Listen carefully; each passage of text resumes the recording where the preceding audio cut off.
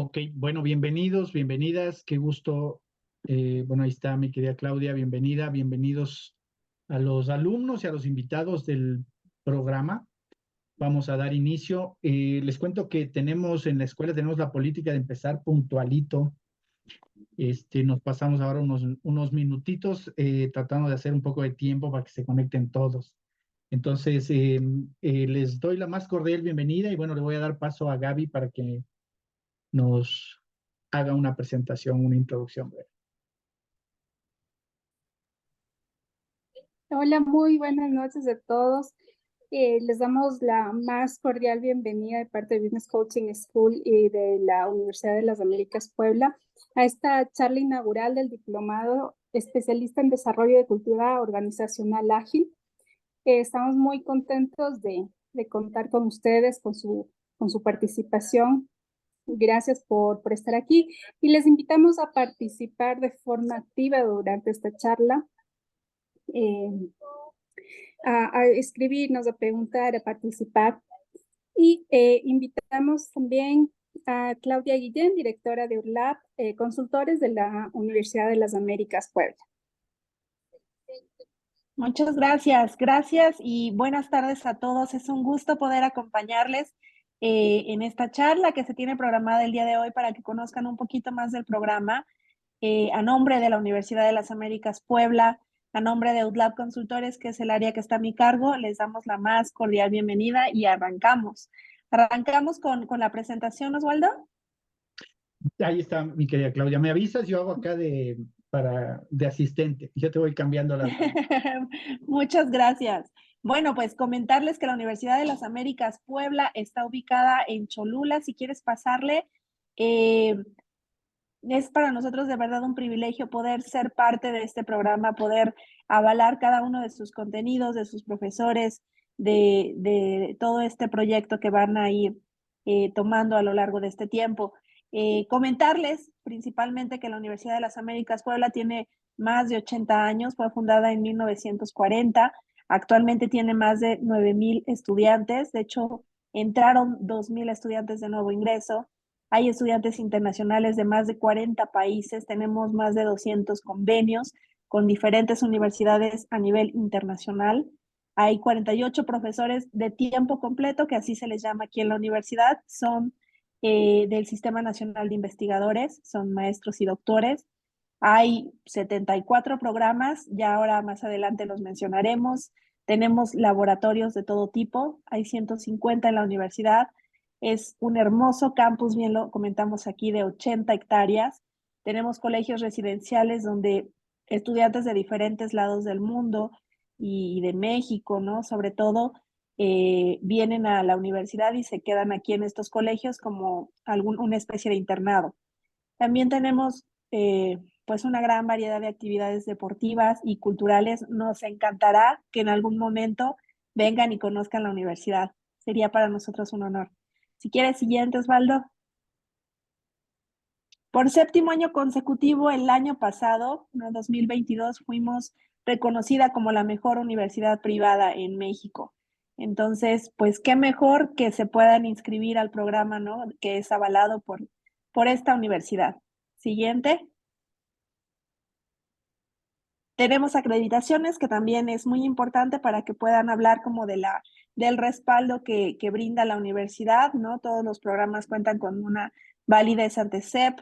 Tenemos la acreditación con FIMPES, que es quien acredita para escuelas particulares de educación superior.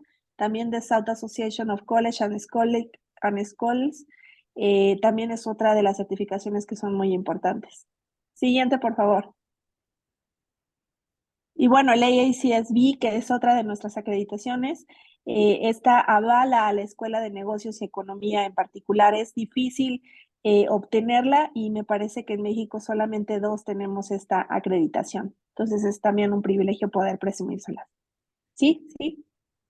Estamos rankeados con 5 estrellas, así como en los hoteles se catalogan por estrellas, también en la parte de educación. Entonces tenemos aquí pues un ranking a nivel internacional muy interesante. Y bueno, les comentaba que teníamos 50 licenciaturas. Aquí vienen las escuelas, vienen cada una de ellas. Son muchísimas licenciaturas, se dividen en 5 escuelas. Tenemos a la Escuela de Humanidades, ¿no? Que alberga licenciaturas como idiomas, como música, como danza, como teatro. Y tenemos Escuela de Negocios, ¿no? Y Economía, que aloja materias, licenciaturas como Economía, como Mercadotecnia, como Administración de Empresas, ¿no? Que son más enfocadas en el tema de negocios. Siguiente. 15 maestrías, igual se dividen en las 5 escuelas y estas son algunas de las maestrías con las que cuenta la Universidad de las Américas Puebla. Y bueno, les decía que teníamos convenios de colaboración de talla internacional. Son 200 convenios en 40 países diferentes. Por aquí algunos de ellos solamente para que se den una idea como del tamaño de la institución con la que estamos haciendo alianza. UDLAP Consultores es precisamente la parte de la universidad que se encarga de lo que es la extensión académica, es decir, diplomados, cursos y talleres, y cursos de alta especialidad y algunas certificaciones. Y entonces por eso es que nosotros estamos haciendo este proyecto en vinculación con Business Coaching School. Ellos, de la mano de nosotros, estamos avalando el programa, hemos preparado los contenidos, hemos revisado cada uno de los materiales y esto permite que pueda llevarse a cabo el proyecto a través de UDLAP Consultores. Nosotros desarrollamos estos proyectos dependiendo de la duración, dependiendo de la modalidad, ¿no? En algunos momentos en línea para poder tener alcance en otros países. Y bueno, por aquí hay algunas de las fotografías de algunos proyectos que hemos hecho. Pero bueno, siempre buscamos acercarnos a ustedes, buscar cuáles son sus necesidades y estar, pues, actualizándonos en todos los temas.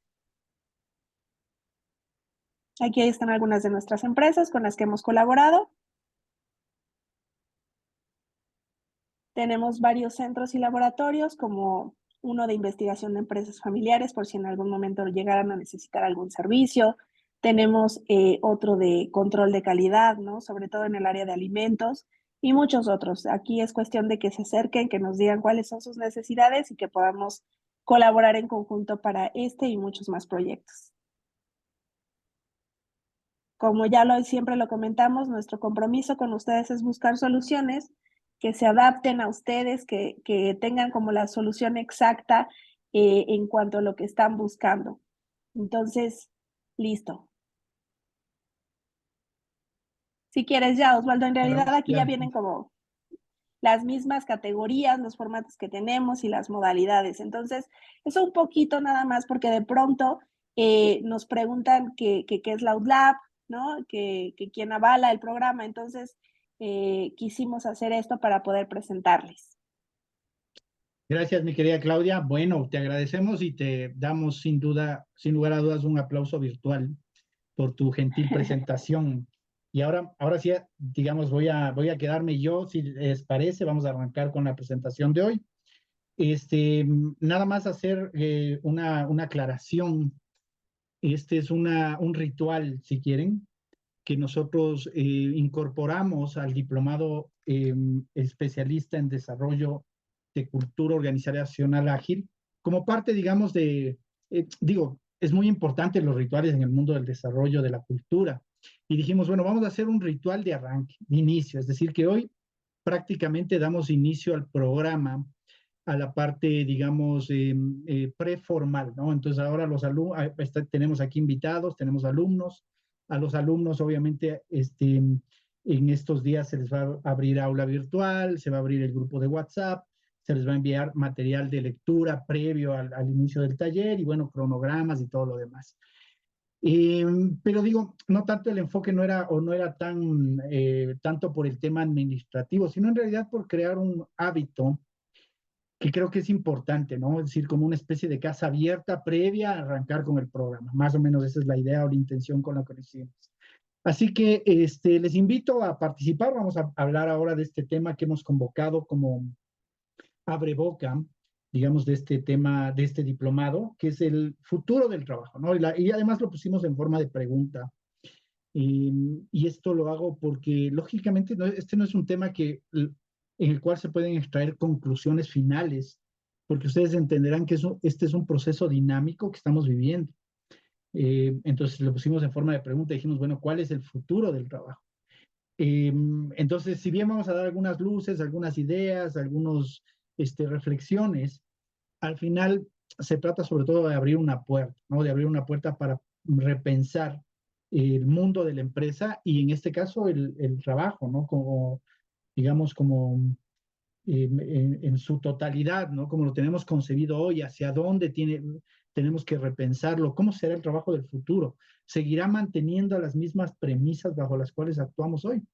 Bueno, esto es lo que vamos a responder el día de hoy. Para eso, digo, me voy a meter directo en el tema. Yo puse ayer, justamente con intención con algunos de ustedes tengo contacto en LinkedIn y dije, bueno, voy a adelantar un poquito, digo, para que vayan como preparándose, digo, para ver esta charla de hoy. Y miren, yo puse este ejercicio, esta reflexión, que en realidad no es mía, sino de Peter Drucker, que en este libro que se llama La gerencia de empresas, él dice, bueno, miren, voy a contar, dice, una anécdota que suelen contarse los gerentes en las reuniones. Obviamente está hablando de los alumnos de él, ¿no? De él.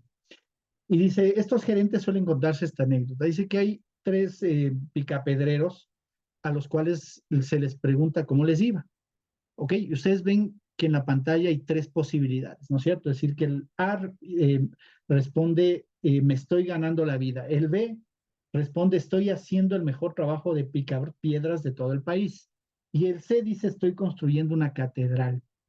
Miren, yo sé que esto es como fácil la primera reflexión, porque la primera pregunta que hace Peter Drucker, ¿cuál está actuando realmente como un gerente conectado para las necesidades de la nueva organización?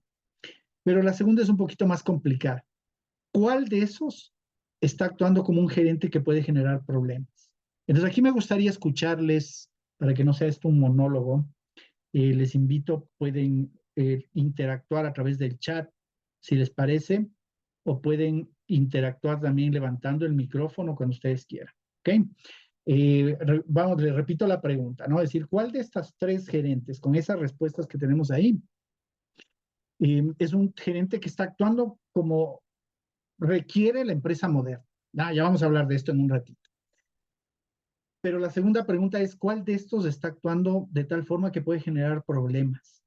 Vamos a ver si es que alguien se anima a responder.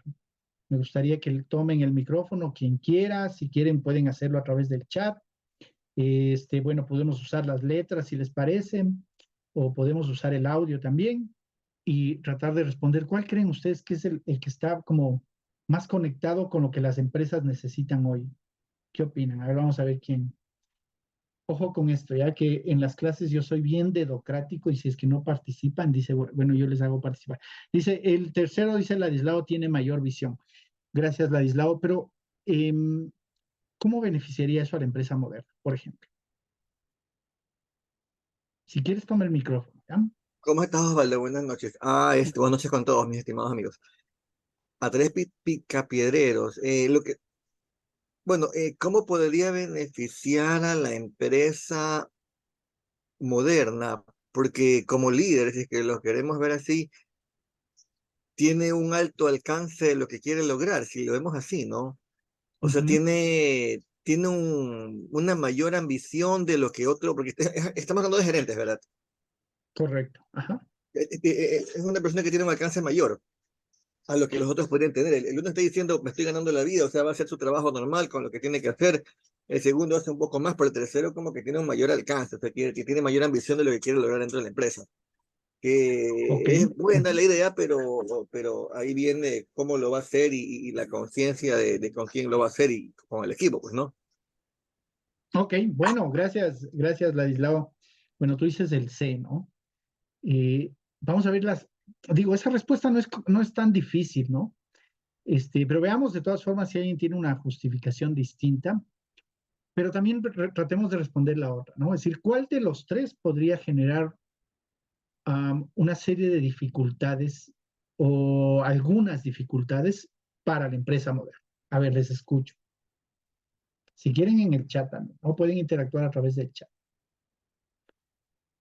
Dice Ladislao, entonces el tercero tiene una visión. Dice, vamos a ver, aquí hay Franklin, dice, el primero perderá su trabajo pronto. Ok, bueno, fíjate, mi estimado Franklin, ahora me cuentas de dónde te conectas, de qué ciudad, mientras yo te hago este comentario.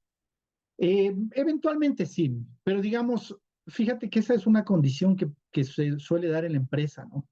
Es decir, colaboradores que en realidad están por el salario de pronto, ¿no? Están por que no hay otra fuente de empleo a veces, ¿no? Ahora que hay una crisis de empleo en varios países de Latinoamérica, entonces la estabilidad de muchos colaboradores es a costa de eso, si la falta de compromiso y de pronto puede, digamos, mantenerse ahí por estas condiciones que digo que son incluso del mercado laboral, pero hacer lo mínimo posible, ¿no? Yo no sé, les pregunto a ustedes si esto no es algo frecuente, porque yo por lo menos en mi experiencia, y siempre estoy hablando de mi experiencia, no de generalidades, yo lo que veo es eso a ratos, ¿no? Es decir, colaboradores o gerentes incluso que están por la retribución salarial y no por otra cosa. Y a ratos sucede o se da eso que se llama ahora renuncia silenciosa. No sé si han escuchado, que es un fenómeno en el cual el colaborador está ahí hasta que le salga algo mejor, ¿no? Entonces,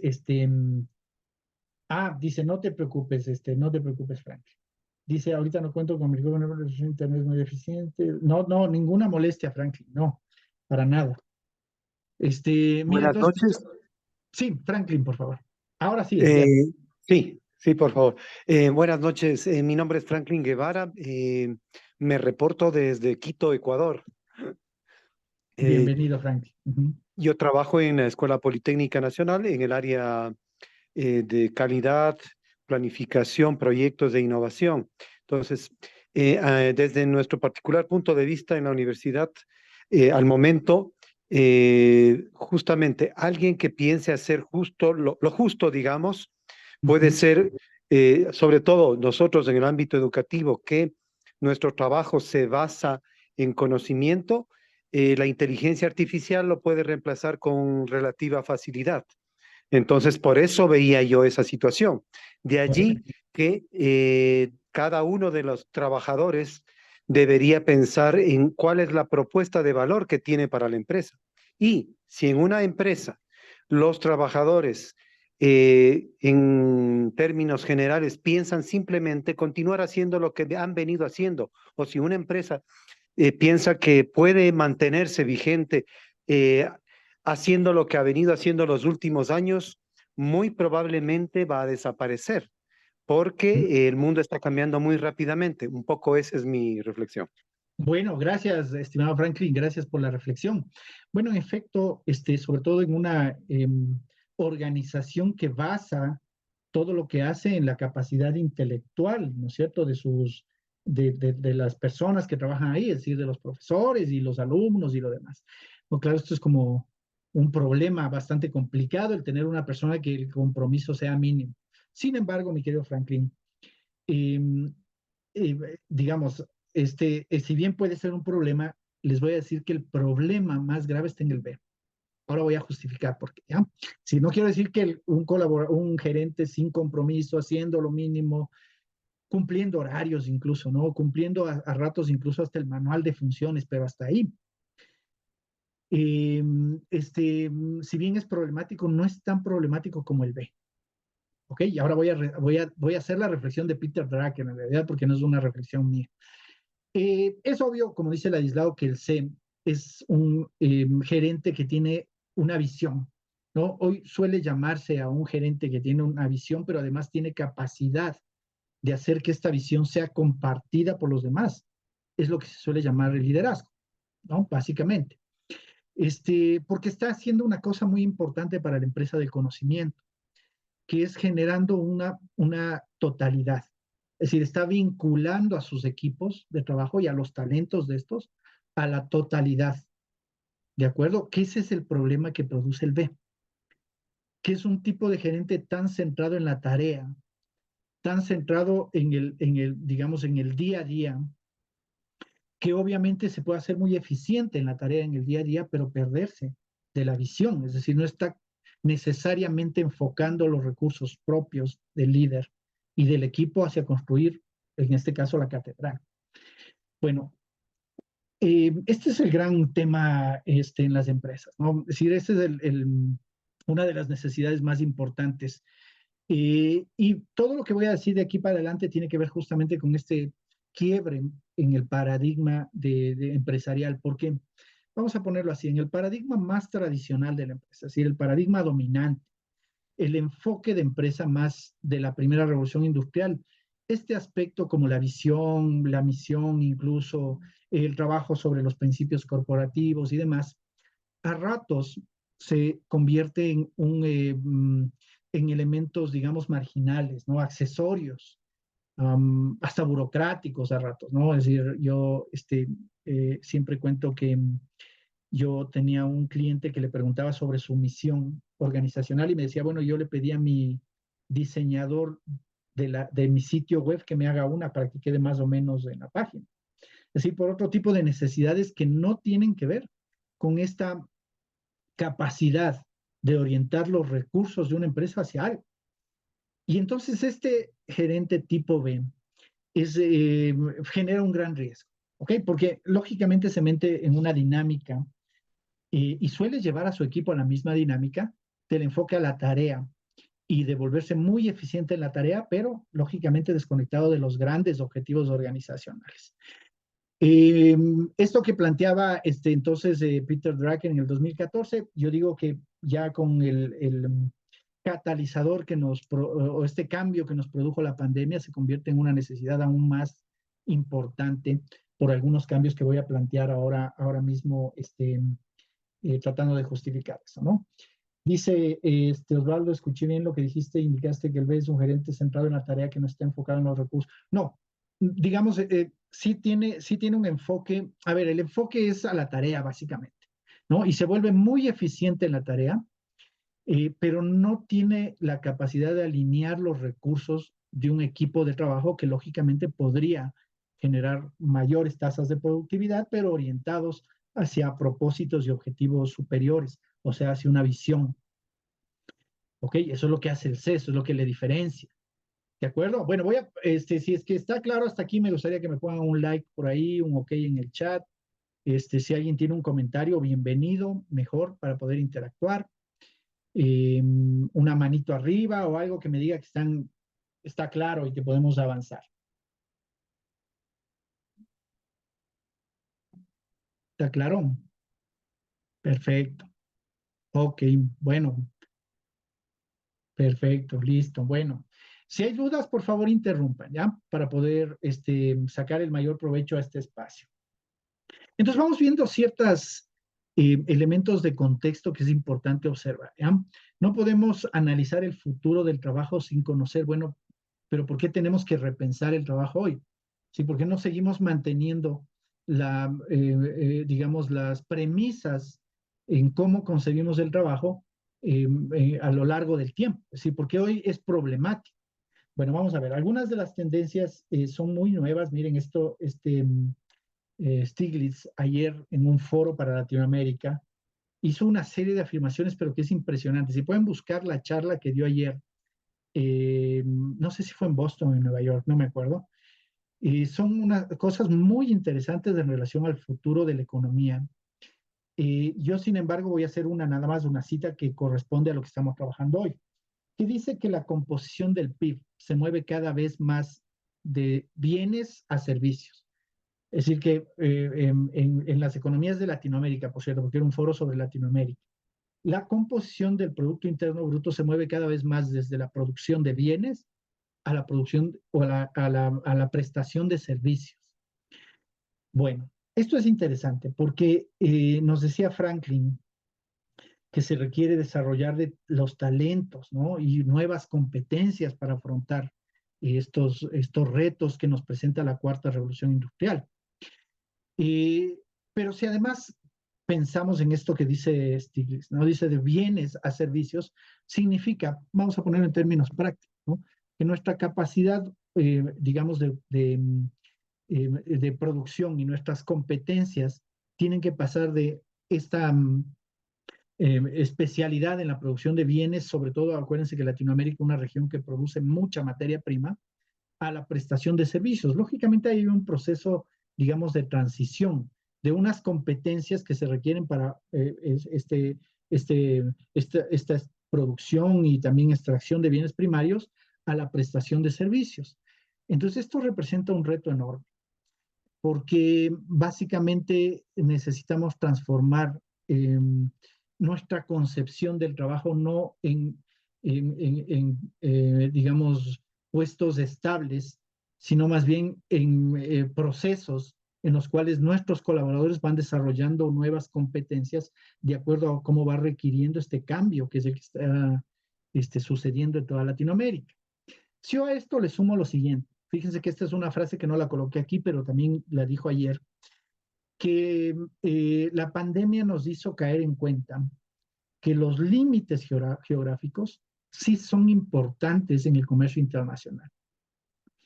Y es una cosa muy, muy profunda en realidad, porque habíamos asumido que vivíamos incluso la metáfora esta, ¿no? En una aldea global, decíamos, ¿no? Y entonces una aldea global, lógicamente, como un solo puño, ¿no? Un solo espacio de comercio internacional.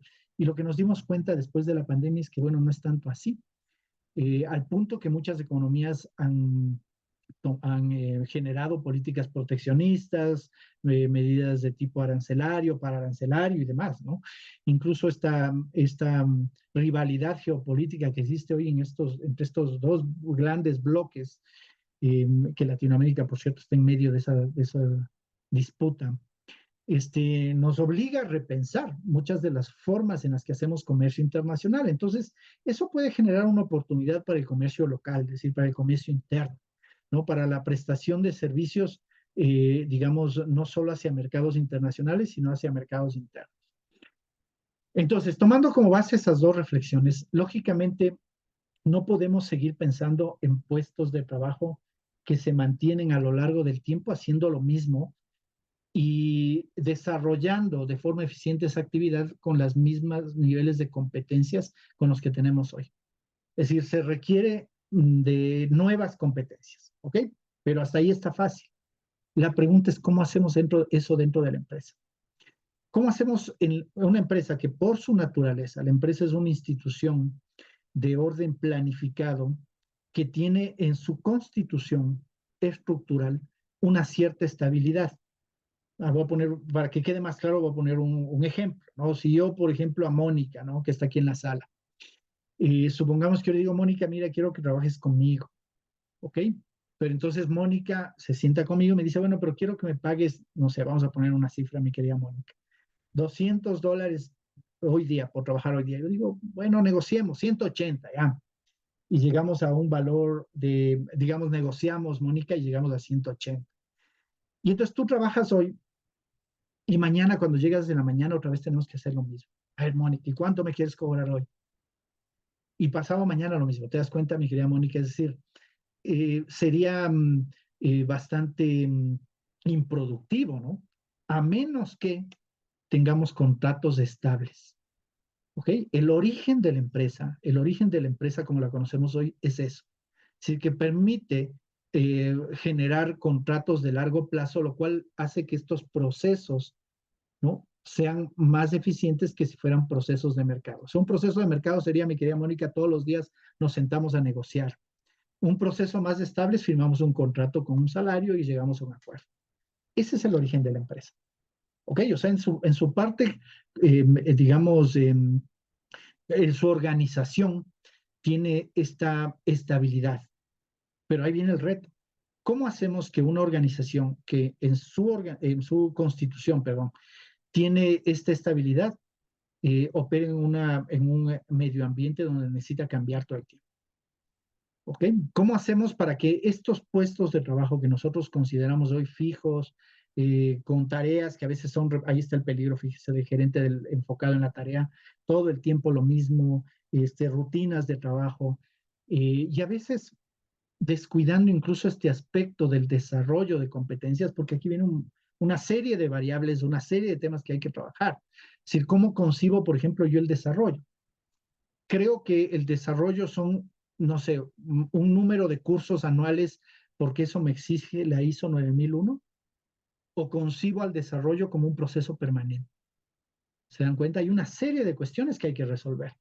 Sí, porque si yo lo que requiero es desarrollo de nuevas competencias, entonces la pregunta que tengo que hacerme es, ¿cómo voy a hacer para que mi empresa, que ya he dicho por su constitución es estable, genere un ambiente donde se produzca este desarrollo?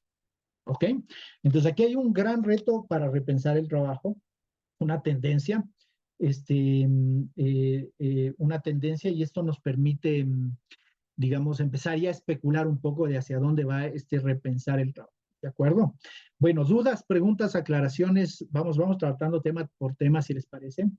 Comentarios, si quieren, yo ahora hago, ya que le nombré a Mónica, ¿qué le parece, Mónica? Ya que le metí en la negociación salarial, ¿qué le parece, mi querida Mónica? ¿Está de acuerdo con esta primera reflexión? ¿Qué ideas se le vienen a la mente? Si quiere en el chat, si quiere hacer el micrófono, como se le haga más fácil. ¿Cree que es importante repensar las empresas como empresas donde se genera desarrollo? ¿Ok? Aquí nada más para cuestiones técnicas del diplomado, nosotros lo que hacemos es aquí, espérense que hay un mensaje. Bueno, ya te digo, Diego, ya le teleo ahora, ¿ya? Miren, por cuestiones, digamos, conceptuales, nosotros al desarrollo le llamamos aprendizaje también. ¿Sí? Concebimos que es lo mismo, ¿no? Un proceso de desarrollo, un proceso de aprendizaje. Pero lógicamente aprendizaje en el sentido amplio. Dice, ¿cómo se llama? Diego, en el canal de YouTube vas a encontrar la grabación. No te preocupes, ¿ya? Que ya le subimos a YouTube y te la envío. Bueno, manito arriba, un ok. Mónica, ¿qué opina? Ya le metí ahí en la colada. Ahí está, Mónica. Ahí está, Mónica. Gracias, mi querida Mónica. Bueno, ahí está.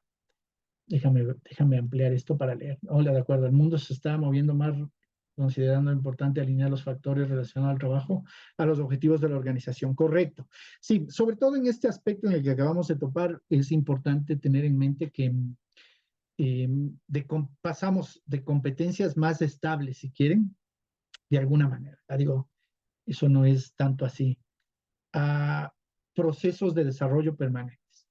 O sea que si hay alguien del área de talento humano aquí, debería estar ya pensando en lo siguiente: ¿qué competencias necesito fortalecer hoy y qué competencias necesito desarrollar para el futuro? Ladislao, por favor. ¿Qué tal, Osvaldo? Una pregunta, más o menos quiero vincularlo en mi área, en el área de informática. En el área de informática pueden haber varias áreas, desarrollo, base de datos, proyectos. Y digamos que una persona que tiene 20 años trabajando en desarrollo y esta persona quiere hacer ya algo diferente, es a eso viene el caso de lo que tú aplicas, de explotar, de ver otras habilidades, otras competencias para dar ese giro y que no haga siempre lo mismo. ¿A eso te refieres? Sí, es que básicamente esa es la necesidad digamos, de adaptación de la organización, ¿no? Es decir, tú tienes unas competencias, mira, del mundo de la tecnología. Tú tienes hoy unas competencias, ¿ok? Que te permiten hacer tu actividad de una manera eficiente, digamos.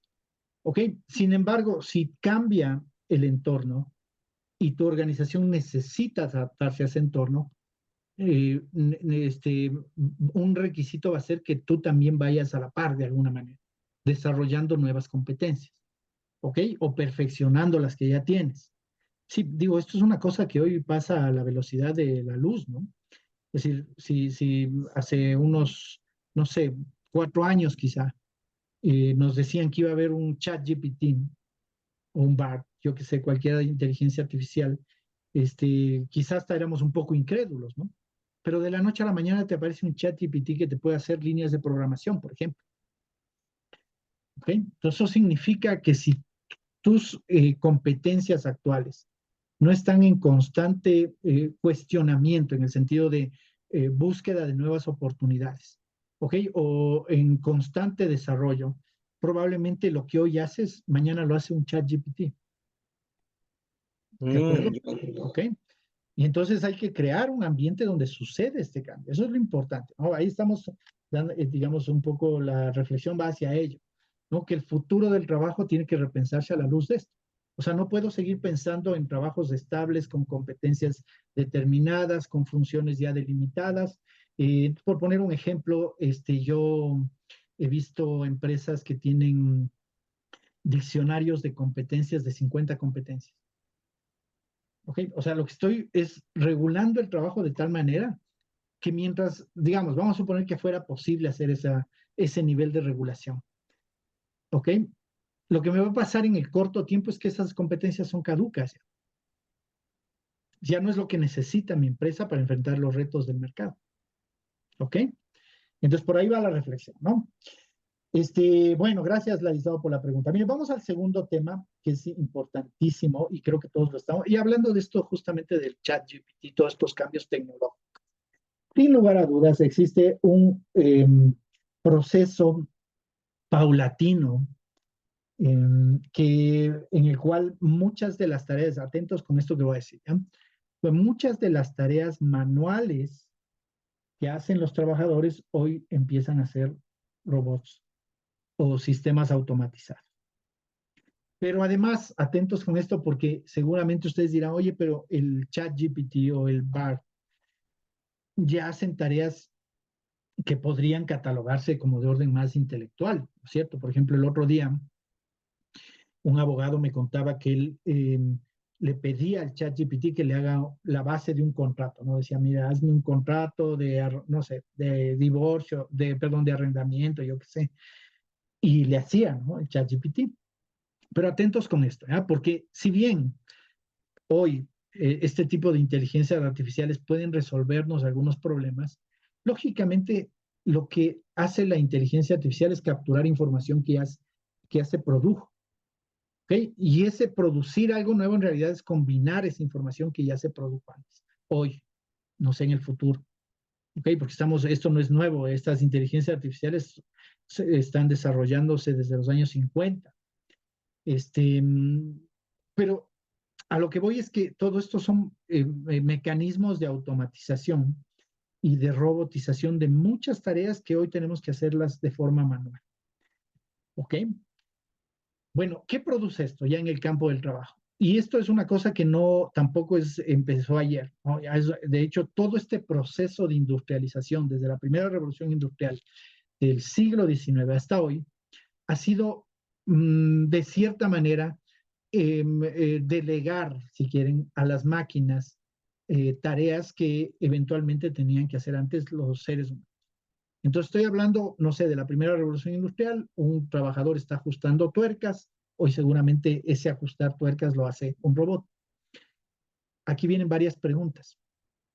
¿Qué sucede con los puestos de trabajo que son eliminados por la tecnología? Ok, aquí hay que ser muy claros con esto. Obviamente son puestos de trabajo que se eliminan y son personas que quedan fuera del mercado laboral a menos que desarrollen competencias para de alguna manera escalar en este proceso tecnológico. Es decir, si yo ajustaba tuercas hoy, probablemente en unas 2 décadas tenga que manipular un robot. Ok, tenga que programar el robot. ¿De acuerdo? Y en unas 2 generaciones más, o sea, los hijos, los nietos, tendrán que diseñar los robots. Entonces, no son procesos, por cierto, de la noche a la mañana. Eso hay que tener en mente, ¿no? Es decir, son procesos de largo plazo que tienen impacto social, pero que otra vez nos vuelven a esta premisa inicial. Es decir, hacia dónde orientamos digamos, la creación de valor en el puesto de trabajo. Y esto es una cosa que Peter Drucker mismo ya empezó a responder cuando hacía una distinción entre el trabajador manual y el trabajador intelectual, así es como le llamaba él. Es decir, hay un trabajador que utiliza sobre todo su capacidad motora para generar valor, y hoy emerge o surge un tipo de trabajador que utiliza sobre todo su capacidad intelectual. Entonces, este es el otro efecto de esta automatización y robotización, con todos los efectos sociales que esto tiene. Eso no hay que obviar y hay que evitar ocultar ese tipo de conflictos porque simplemente no nos van a permitir quizá llevar la empresa como la concebimos hoy a una empresa más humana. Pero dejando de lado eso, lo que sucede entonces es que la generación, la creación de valor se va trasladando de este trabajador manual, porque obviamente sus actividades más manuales las va realizando esta tecnología, a un trabajador que requiere sobre todo de su capacidad intelectual. ¿Ok? Es decir, requiere de la capacidad creativa para generar valor. Entonces aparece otro reto para el puesto de trabajo, porque esto tiene un montón de implicaciones. Nuestros sistemas de management, o sea, la forma en que nosotros concebimos hoy la gerencia, la dirección de equipos, la gestión de personas, está sobre todo pensado y construido para el trabajador manual. ¿Ok? Así fue, es el Taylorismo, ¿no? Taylor y Fayol, es decir, pensado para trabajar o para gestionar ese tipo de trabajador más manual. ¿Servirá ese paradigma para gestionar, potenciar al trabajador intelectual? Bueno, ahí les dejo con esa pregunta. ¿Ok? Lo cierto es que ya no es una opción repensar o pensar sobre ello, porque repito, la tecnología lo que hace en el ámbito empresarial es que va eliminando puestos de trabajo. Y ojo con esto, porque quizá en algunos países se vea más. Por ejemplo, en México, esto hoy se puede ver más en industria automotriz. Habrá otras industrias donde se ve menos.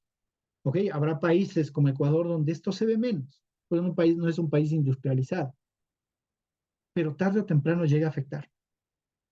Tarde o temprano. Mira, les voy a poner un ejemplo que es bastante evidente para muchos de ustedes seguramente. Antes, para hacer un sitio web, por ejemplo, teníamos que contratar un diseñador, ¿cierto? Entonces, el diseñador, incluso, fíjese, un trabajador intelectual, tenía ahí una oferta, una propuesta de valor que hacer, ¿no? Si yo no soy programador, yo soy empresario, yo tengo mi negocio, te voy a encargar a ti, ¿no? Te voy a encargar a ti que hagas esa labor. Hoy, si ustedes entran a la web, van a encontrar un montón de plataformas de autoconstrucción de páginas web. O sea, alguien sin conocimientos de programación puede entrar, pagar una fracción de lo que le pagaría al diseñador y hacer su propia página web. ¿Ok? Y uno puede cerrar los ojos y decir, no, pero no es lo mismo. Sí, sin duda no es lo mismo. Lo cierto es que esas plataformas han captado la demanda de diseño de sitios web. Solo por poner un ejemplo así como sencillo. ¿Ok? Bueno, ¿cómo vamos hasta acá? ¿Está claro? ¿Alguna duda? ¿Algún aporte? ¿Alguna reflexión adicional? ¿Ninguna? Lo que veo, y es verdad, pues no, si vamos a la primera revolución industrial, siempre el objetivo ha sido,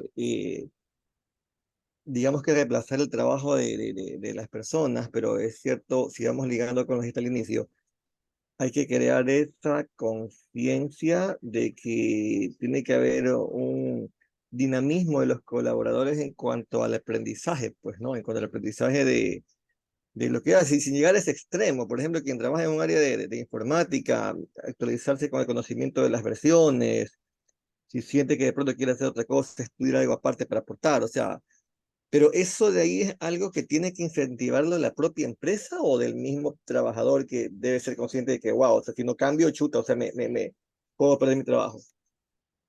Claro, mira, esta es una gran pregunta porque yo te diría que tiene varios niveles, ¿no? Estos procesos digamos, de adaptación de robotización, digamos, y de automatización de ciertas tareas requieren incluso de un enfoque de la sociedad misma. Si ustedes entran a la OIT, se van a dar cuenta que la OIT ya está pensando en esto. Y lo que nos propone es justamente transformar el esquema de valores bajo el cual pensamos la empresa, porque dice, es verdad, digamos, si seguimos bajo la lógica de satisfacer, digamos, las necesidades de los accionistas, pues entonces yo eventualmente puedo contratar una máquina o comprar una máquina que hace una operación mucho más eficiente que si le hiciera una persona. pero esa persona se quedó en la calle. Ok, entonces son varios niveles, mi querido Ladislao. Esos no son procesos de la noche a la mañana. Eso hay que tener claro. Miren, esto es un tema, digamos, que nos debería competir nos compete como sociedad.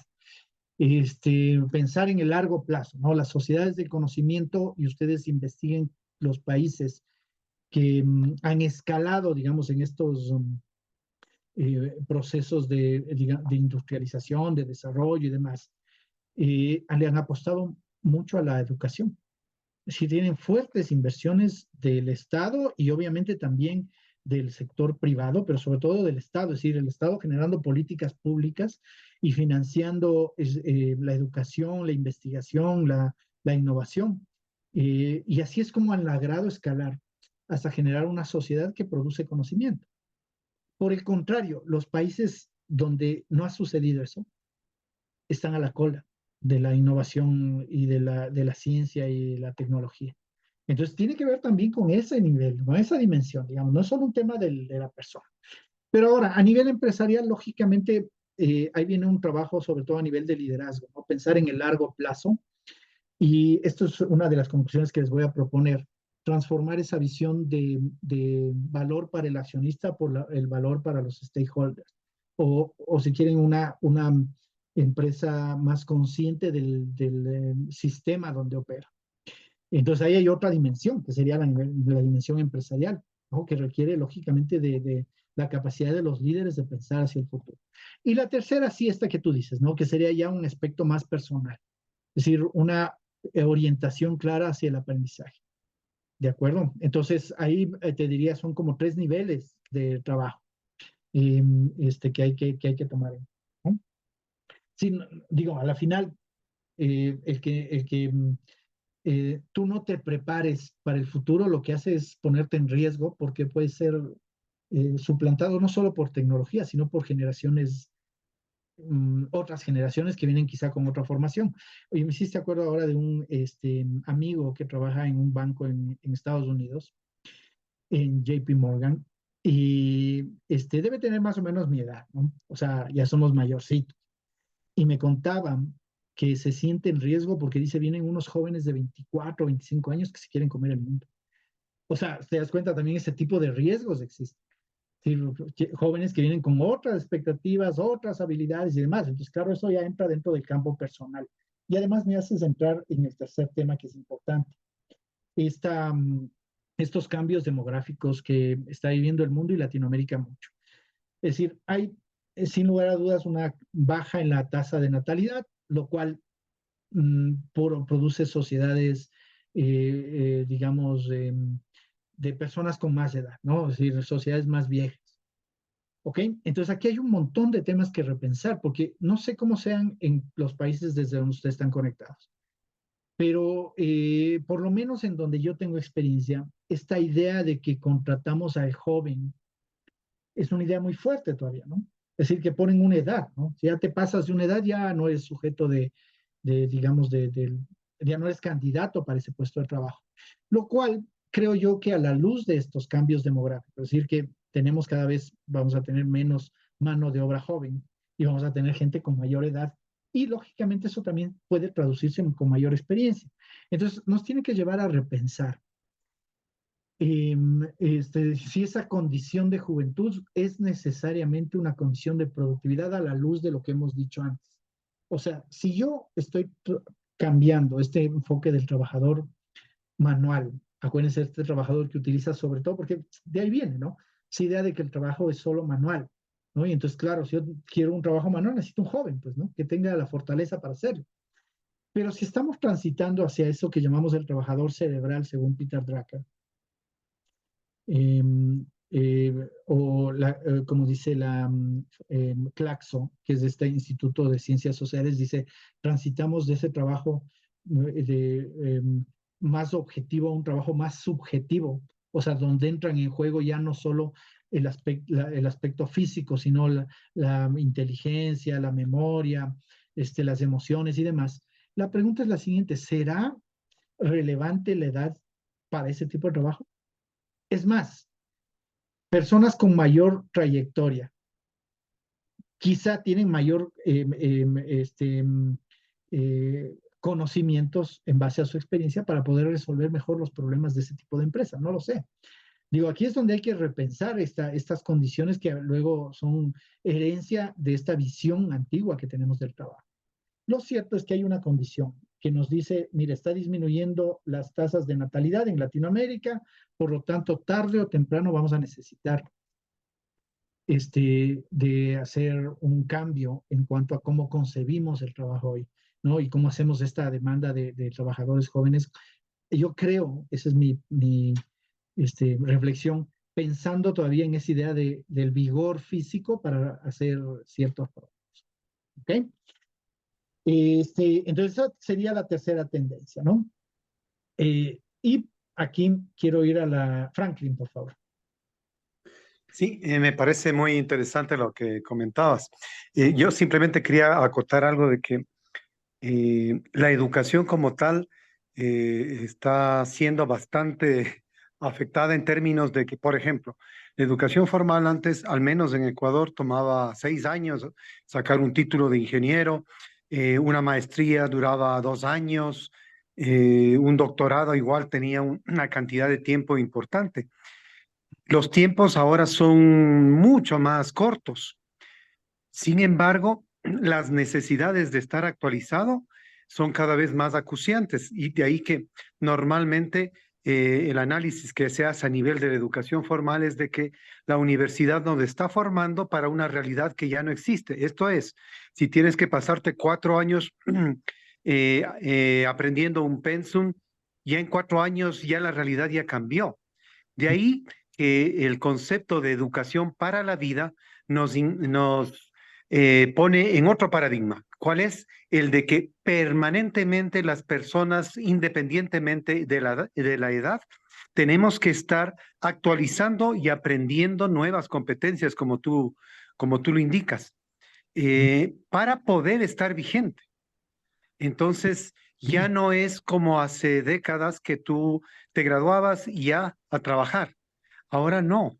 Inclusive, si tú piensas ya en un contexto más allá de tus fronteras, ves que el tema de los títulos, si tus títulos no son reconocidos en otro país donde te interesa trabajar, te complicaste.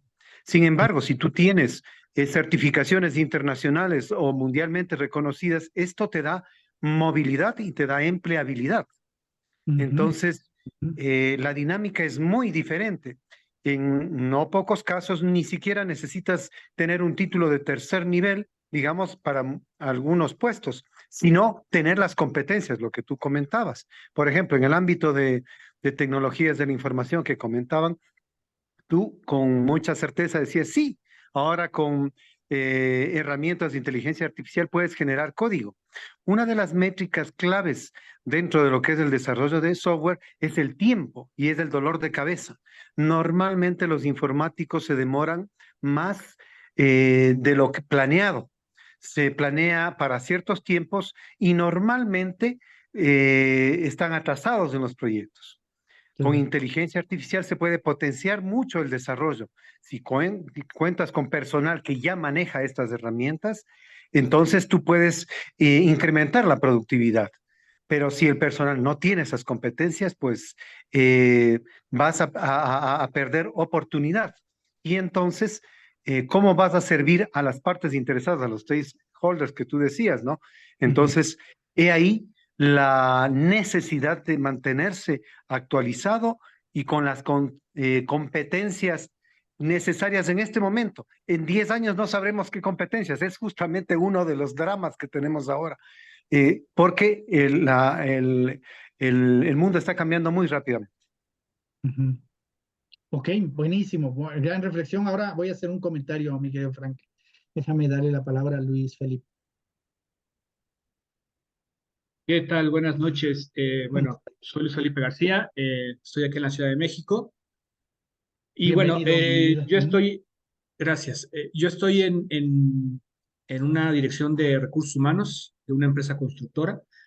Y para nosotros en talento, en el tema de atracción de talento, nos damos cuenta que cada vez las generaciones más jóvenes tienen un menor arraigo en las organizaciones. lo cual no necesariamente sea malo, digo, pensando en ellos, eh, pero cambian de manera muy rápida de empleo. Entonces, hoy, o sea, vaya, no hay un compromiso.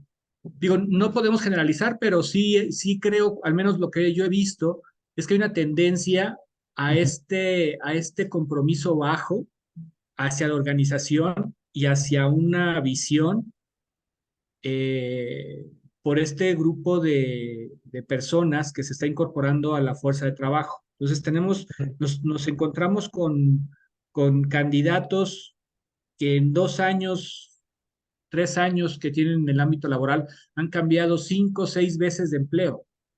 Ujú.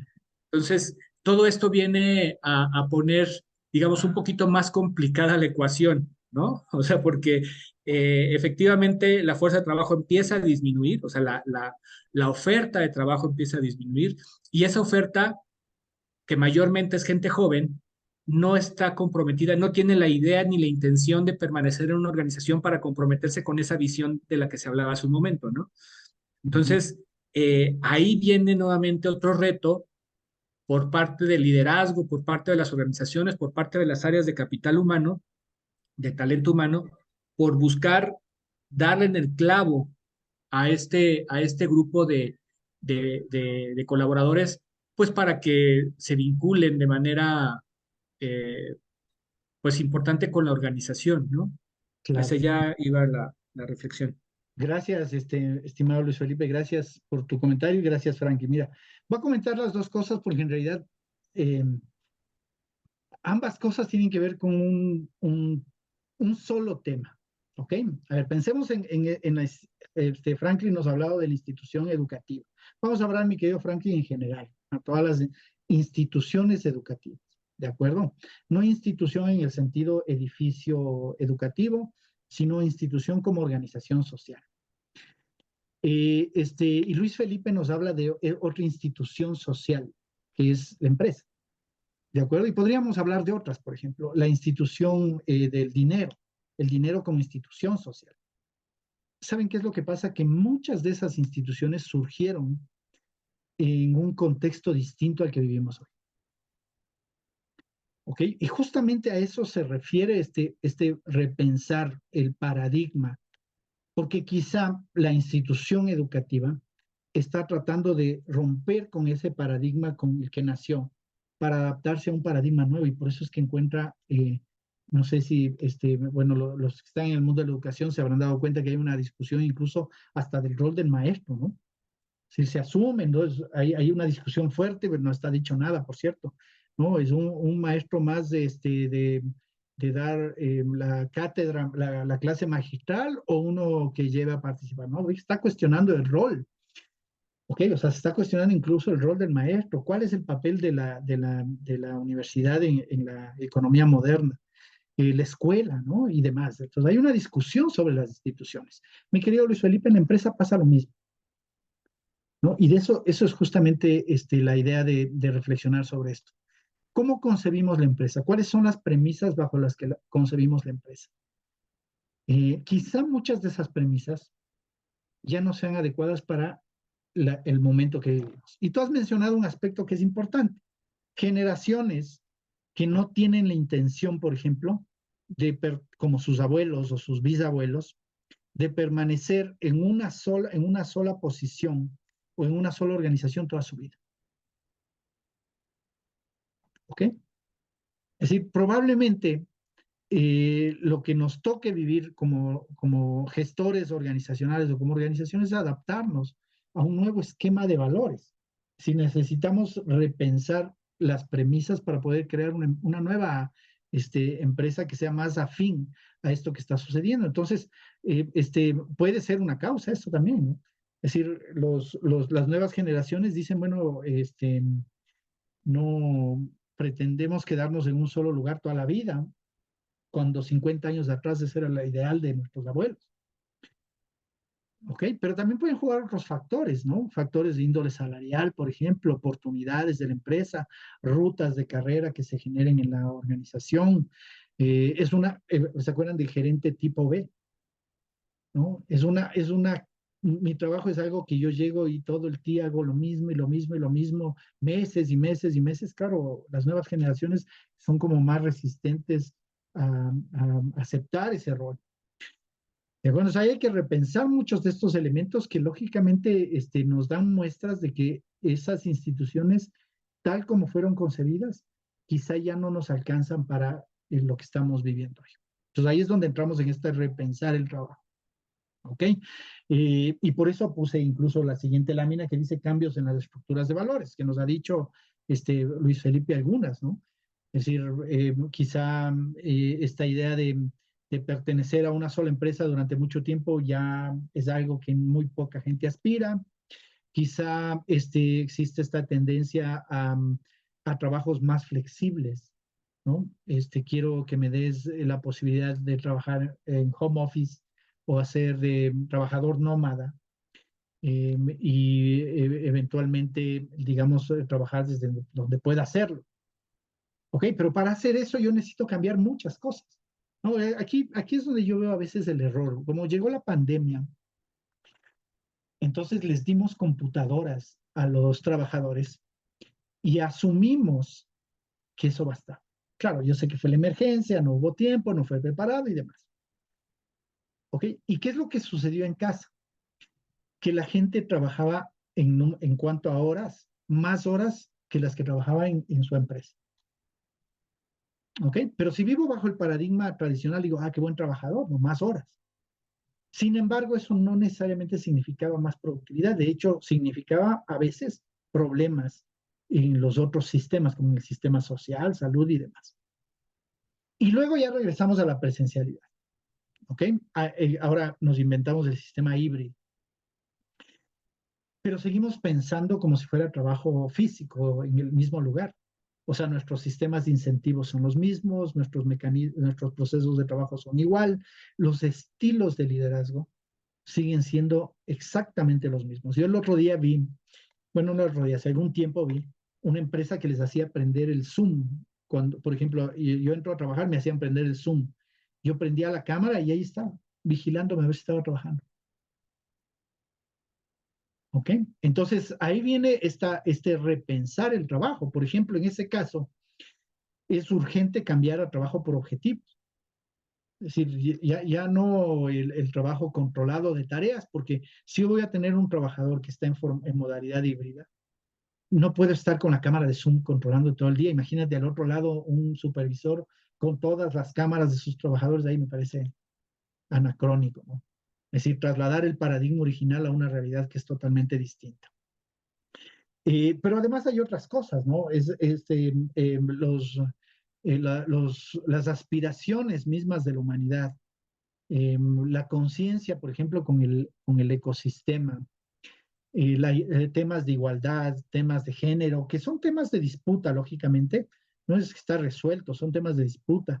Aspectos como la responsabilidad social, el papel, a mí me gusta yo soy un fanático de Peter Drucker, como se habrán dado cuenta, también me gusta otros autores, lógicamente, ¿no? Peter Senge y demás. Pero, digamos, en el mundo de esto de la transformación empresarial, me gustan las ideas de Peter Drucker. Él tenía en su concepción de lo que era la empresa, pensaba que era una institución social que podía realmente llevar al bienestar de la humanidad, pero no bajo el paradigma neoclásico. O sea, no el de vamos a maximizar la utilidad de los accionistas, que si ustedes se dan cuenta es el paradigma dominante. Yo sé, nos matamos diciendo que sí, que responsabilidad social y que todo lo demás, pero en el fondo sigue operando ese paradigma. Y es el paradigma que está cuestionado, ¿no? O que está por lo menos siendo cuestionado porque no genera, digamos, los resultados que se esperan, ¿no? Y hay un montón de síntomas que nos dicen, mira, no hay compromiso, alta rotación, mal clima laboral, baja productividad, bajas tasas el otro día salió un estudio ahora me voy a acordar, es una institución que hizo un estudio del liderazgo en Latinoamérica y decía que es la región donde menos compromiso existe de parte de los trabajadores con su empresa. Okay, entonces yo ya tengo ahí dos opciones. Miren, la opción fácil es echarle la culpa al trabajador, si no, pues que son, no sé, ¿no? no son buenos, lo que sea. La opción más compleja, pero más acertada para entender. Estamos ofreciendo los incentivos para que un trabajador se comprometa más allá de hacer una lista de tareas que yo le voy a asignar. ¿Ok? Y cuando hablo de incentivos, estoy hablando de dos. Obviamente de salarios y estoy hablando de posibilidades de desarrollo. ¿Ok? ¿Estamos pensando en eso? Y ahí viene lo más complicado, ¿no es cierto? Porque entonces es transformar nuestras dinámicas de nuestros incentivos, nuestras estructuras, nuestra arquitectura, la forma en que el área de talento humano asume su rol, por ejemplo, mi querido Luis Felipe, ¿no? Y en el enfoque más tradicional, talento humano es simplemente gestor de recursos, eso es todo. Control de entradas, salidas, contratación, nómina. ¿Alcanza eso digamos, para responder a estas necesidades? Probablemente no. ¿Ok? Entonces, esta es otra condición, que es adaptarnos a un esquema, a un sistema de valores nuevo. Esto ya no depende de nosotros. Ni siquiera de la ONU. La ONU lo que hizo es como reflejar unas grandes tendencias que existen, ¿no? Es decir, las nuevas generaciones ya vienen con otro chip, si quieren, ¿no? Y están pensando en temas como la desigualdad, no sé, por ejemplo, estos temas de género, ¿no? Es decir, ahí les invito yo en LinkedIn tengo un blog donde estoy publicando o tratando, digamos, de publicar frecuentemente sobre estos temas, porque es lo nuevo, ¿no? No por la moda, sino simplemente porque la empresa, para conectarse con el futuro, necesita adaptarse a estos nuevos esquemas de valores. ¿Ok? Y lógicamente en estos esquemas está todo este aspecto, digamos, de la conciencia social, pero también de la conciencia en relación al medio ambiente. Y uno dice, bueno, pero ¿ya hay empresas que ya operan bajo esa lógica? Sí. Miren, bueno, ahí se me ha movido un poquito la lámina, pero este es un paradigma que opera en paralelo con el paradigma tradicional, que son las empresas cooperativas. Bueno, para quienes no tengan claro cómo funciona. Una empresa cooperativa, a diferencia de la empresa, digamos, comercial tradicional, distribuye la propiedad en varias manos, es decir, son propietarios. Los que trabajan generalmente son propietarios, depende de cómo tengan configurado eso, pero digamos, los socios, digamos, el patrimonio no está en una sola mano, sino que está distribuido, ¿ok? La empresa tradicional más comercial, obviamente el patrimonio está concentrado. Ni es bueno ni es malo, ¿ok? Ni es mejor ni es peor. Simplemente estoy planteando en el foro que existe un paradigma que está actuando de forma paralela, lo cual significa que, claro, se puede cuestionar a la empresa en estos aspectos y construir una empresa nueva. Es decir, una empresa que atienda a esquemas de valores distintos, porque ustedes entenderán que una empresa cooperativa, el fin último no es la rentabilidad para los socios, ¿ok? Sino que tiene otro tipo de objetivos más sociales, atendiendo, y esto siempre me gusta ser claro, para no caer en la fantasía, atendiendo a la naturaleza de la empresa, que es producir más capital que el que consume. ¿Ok? Incluso una empresa cooperativa, si no logra producir más capital financiero que el que consume, está en riesgo, a menos de que sea subsidiado. ¿Ok? Bueno, a dudas, preguntas, aportes, para irnos ya a las conclusiones y si quieren reflexiones finales. Cuando quieran, interrumpan, ¿ya? Miren, yo hice una lista estaba pensando ahora, justamente digo, algunas conclusiones que se me ocurrían. Como digo, es un aspecto que no tiene una conclusión, sino más bien son preguntas que quedan muy abiertas. Y yo dije, bueno, miren, en relación a estos planteamientos que he hecho hoy, que además no son todos, para una complejidad mayor, yo diría, hay que reorientar la función empresarial para conectarse con un nuevo esquema de valores. Eso es lo urgente. No como pose, o no como, puedo decirlo, como parte de una campaña publicitaria, ¿okay? Sino como un mecanismo de supervivencia frente al cambio. ¿De acuerdo? Porque una cosa es decir, miren, somos socialmente responsables, pero de membrete para afuera. ¿Ok? Y la primera responsabilidad que tiene una organización es con sus colaboradores. ¿De acuerdo? Entonces, transformar nuestro esquema de valores para conectarnos con eso. Segundo, esto requiere de cambio del enfoque del valor para el accionista por el enfoque valor para todos los stakeholders. Pero atentos con esto, ¿ya? Porque esa dicotomía es engañosa. Porque parecería como que son dos polos, ¿no? Y en realidad son dos caras de una misma moneda. Si usted genera valor para sus clientes, para usuarios, para sus colaboradores, para sus proveedores, incluso para la sociedad que le rodea, eso termina generando valor para el accionista. ¿Ok? ¿De acuerdo? Entonces, ahí se requiere de lógicamente, de una conciencia mucho más amplia, ¿no? De cuál es nuestra misión como organización y cómo impactamos en todos estos grupos de interés que nos rodean. Tercero, generar modelos de trabajo más flexibles. Pero ya decía, lo fácil es decirle, toma el computador, ve a casa y trabaja 2 días en casa. Eso es lo fácil, y eso es facilísimo. Yo les aseguro que eso es un error si es que no se hace antes. Generar nuevos sistemas de trabajos tiene que ser un trabajo orientado a resultados, lo cual requiere cambiar muchas cosas, ¿no? Sí requiere cambiar procesos, forma en que se va a medir ese trabajo, la gestión del talento humano, es decir, cómo se va a dar a adoptar o a desarrollar las nuevas competencias, porque van a ser una cosa nueva. Antes venían a la oficina, se sentaban, hacían una lista de tareas, yo podía controlar, había unas competencias. Ahora van a trabajar solos, van a trabajar por resultados. A mí hay un cambio en el liderazgo, ¿no? Ya no me tendría que preocupar si lo hacen en la mañana, en la tarde, en la noche, a la medianoche, da lo mismo, ¿ok? Sino en la fecha de entrega, ahí es donde se va a medir la productividad real, pero hay un cambio en la forma que se concibe el liderazgo, es decir, un liderazgo más de, ¿cómo lo puedo decir? Más delegador, ¿no? Más orientado al desarrollo que al control. ¿Ok? Pero además hay que cambiar los sistemas de incentivos. ¿Por qué lo voy a hacer? A ver, piensen por un momento en un colaborador que está en casa haciendo su trabajo basado en objetivos. ¿Por qué lo va a hacer? ¿Y por qué lo va a hacer cada vez mejor? Incentivos. ¿Ok? Eso es otra realidad que aceptar. Miren, la primera era, decía yo, la empresa tiene en su naturaleza, decía yo, la necesidad de producir más capital que el que consume. Segunda regla de oro. Todos, incluidos nosotros, trabajamos o generamos o hacemos algo por incentivos. ¿Ok? Hay que construir un sistema de incentivos que motive la productividad y ciertas conductas.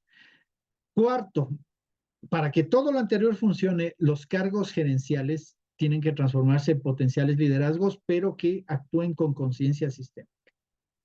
¿Ok?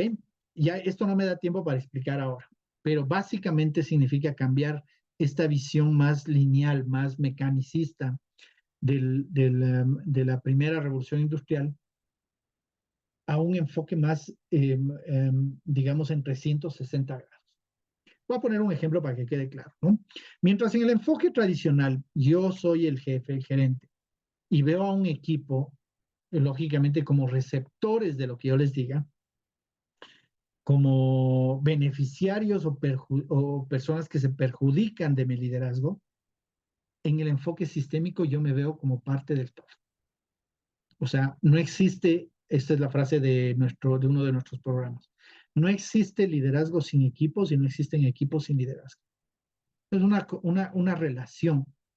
En el enfoque tradicional es algo que tiene la persona, por eso es que se concibe el liderazgo como algo que yo tengo, yo soy líder. Sí, ese es el enfoque tradicional. El enfoque nuevo, más sistémico, dice, no, yo asumo un rol frente a una dinámica social con mi equipo de trabajo. Entonces, un enfoque distinto, porque es el líder el que tiene esa conciencia sistémica. Y por último, y quizá el tema más importante, trabajar en procesos transformacionales, o sea, transformar las culturas, desde culturas más rígidas de control unilateral, o sea, la cultura de la empresa tradicional, a un enfoque cultural donde se generan ambientes para el desarrollo del aprendizaje, porque todo lo que hemos dicho aquí tiene que ver con eso. Entonces ahí nada más fortalezco esta idea de Franklin, que quizá, mi querido Franklin, la forma en que estamos concibiendo la educación tiene que transformarse de base, repensar que hay unas metacompetencias que hay que desarrollar. O sea, tener alumnos o estudiantes que tengan las competencias para aprender. ¿Ok? O sea, que su capacidad de aprendizaje o su orientación al aprendizaje se vea desarrollado o potencial. Entonces, hay que cambiar también muchas cosas. ¿Ok? Lo mismo en la empresa, ¿no? Es decir, no se trata de introducir una fórmula y decir, miren, ya somos una empresa de aprendizaje. No, eso no sucede así. Ok, bueno, con esto cierro. No sé qué les parece estas conclusiones. ¿Tienen alguna duda? Franklin, por favor. Gracias, Osvaldo. Perdón Por la favor. intervención frecuente. Bueno, me parecen magníficas las conclusiones tuyas, Osvaldo. Eh, yo diría que esas conclusiones fácilmente pueden verse como desafíos. Por ejemplo, tú hablas ya de valor para los stakeholders. En otras palabras, es que la propuesta de valor no solo debe ser para los accionistas, sino para todas las partes interesadas. Ahora, ¿cómo? Uno de los pasos iniciales es primero enterarse de cuáles son las necesidades y las expectativas de esas partes interesadas. Entonces, por ejemplo, si yo, mis colaboradores, como decía Luis Felipe, la gente se me va, bueno, conversemos con la gente, entrevistémosle, apliquemos encuestas, cualquier método de levantamiento de información, saber qué necesita la persona para quedarse, qué expectativa tiene la persona, a ver si la empresa tiene la capacidad de satisfacer esa necesidad, esa expectativa.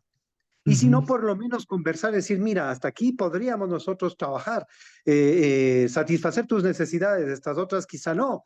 En fin, trabajar propuestas de valor personalizadas. Si tienes proveedores críticos, ¿cuál es mi propuesta de valor para esos proveedores? Yo, ¿cuándo fue la última vez que entrevisté a mis clientes claves? Sé perfectamente cuáles son sus necesidades, sus expectativas. Por ahí empieza el tema de armar una propuesta de valor, ¿cierto? Entonces, por ejemplo, en la conclusión 3, tú ya, Taquito, estás mandando un valor clave en las empresas de hoy, la flexibilidad. Necesitamos flexibilidad a todo nivel para adaptarnos. Si somos rígidos, no vamos a poder avanzar. Por eso me parece que son muy, muy, muy poderosas las conclusiones que tú planteas. Y otro elemento que tú planteas acá, ¿no es cierto?, es el de que tenemos que vernos no desde una perspectiva verticalista. Esto es, yo en mi unidad financiera hago mi trabajo y punto. No, tenemos que ver una visión transversal, tú la llamabas 360 grados, y efectivamente es eso. Y eso, ¿cómo se logra? Pues empezando por trabajar con las áreas para que se sensibilicen sobre la interdependencia. ¿Y por qué no pensar, por ejemplo, en propuestas de valor que las unidades administrativas de una empresa dan a sus clientes internos? ¿Cuál es mi propuesta de valor de la unidad financiera para apoyar a la unidad operativa? ¿Cuál es la propuesta de valor de talento humano para la empresa? ¿Cuál es la propuesta de valor de la gerencia para los colaboradores? O sea, hay mucho por trabajar y es factible, se puede hacer, pero es un trabajo que necesita un nivel que aquí no lo veo, y es un nivel estratégico de comunicación. Tenemos que conversar, tenemos que conocernos, tenemos que intensificar la comunicación estratégica en la organización para obtener resultados estratégicos. Los seres humanos nos comunicamos. Si no somos efectivos en la comunicación con los departamentos, con los gerentes, con los colaboradores, difícilmente vamos a lograr compromisos. Y ese es uno de los elementos claves que a lo mejor aportaría para tus brillantes conclusiones, mi estimado Osvaldo. Gracias, mi querido Franklin. Muy bien. Mira, sí, digamos, lógicamente, como decía yo, estas son preguntas que quedan abiertas totalmente. ¿Ok? Lo cierto es que, ya para cerrar esta charla inaugural, no es un proceso terminado nunca. Igual que la transformación cultural, ¿no? Nunca es un proceso terminado. Es un proceso permanente. ¿Ok? Lo mismo es lo que nos va a suceder con esta adaptación a lo nuevo, porque el contexto de la primera revolución industrial era un contexto más estable.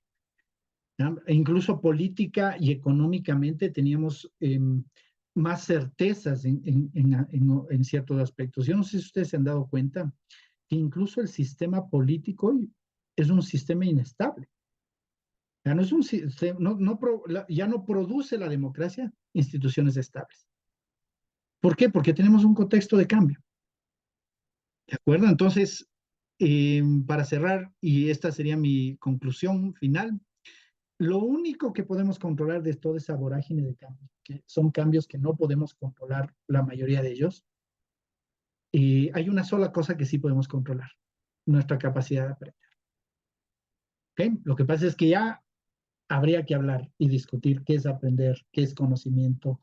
Hay que repensar también esos conceptos. Bueno, con eso cierro esta charla de introducción, de apertura. Les invito a los alumnos, les doy la bienvenida. A quienes vayan a participar también les doy la bienvenida. Ya en estos días les empezamos ya con todo el proceso, digamos, más formal. Y bueno, pues espero que esta breboca les haya dejado algunas ideas, ¿no? Les dejo ahí mi LinkedIn por si alguien quiere continuar el diálogo por allá. Ahí hay un blog que les invito a leer. Y bueno, pues les mando un abrazo a todos. Por ahí me pidió alguien la grabación.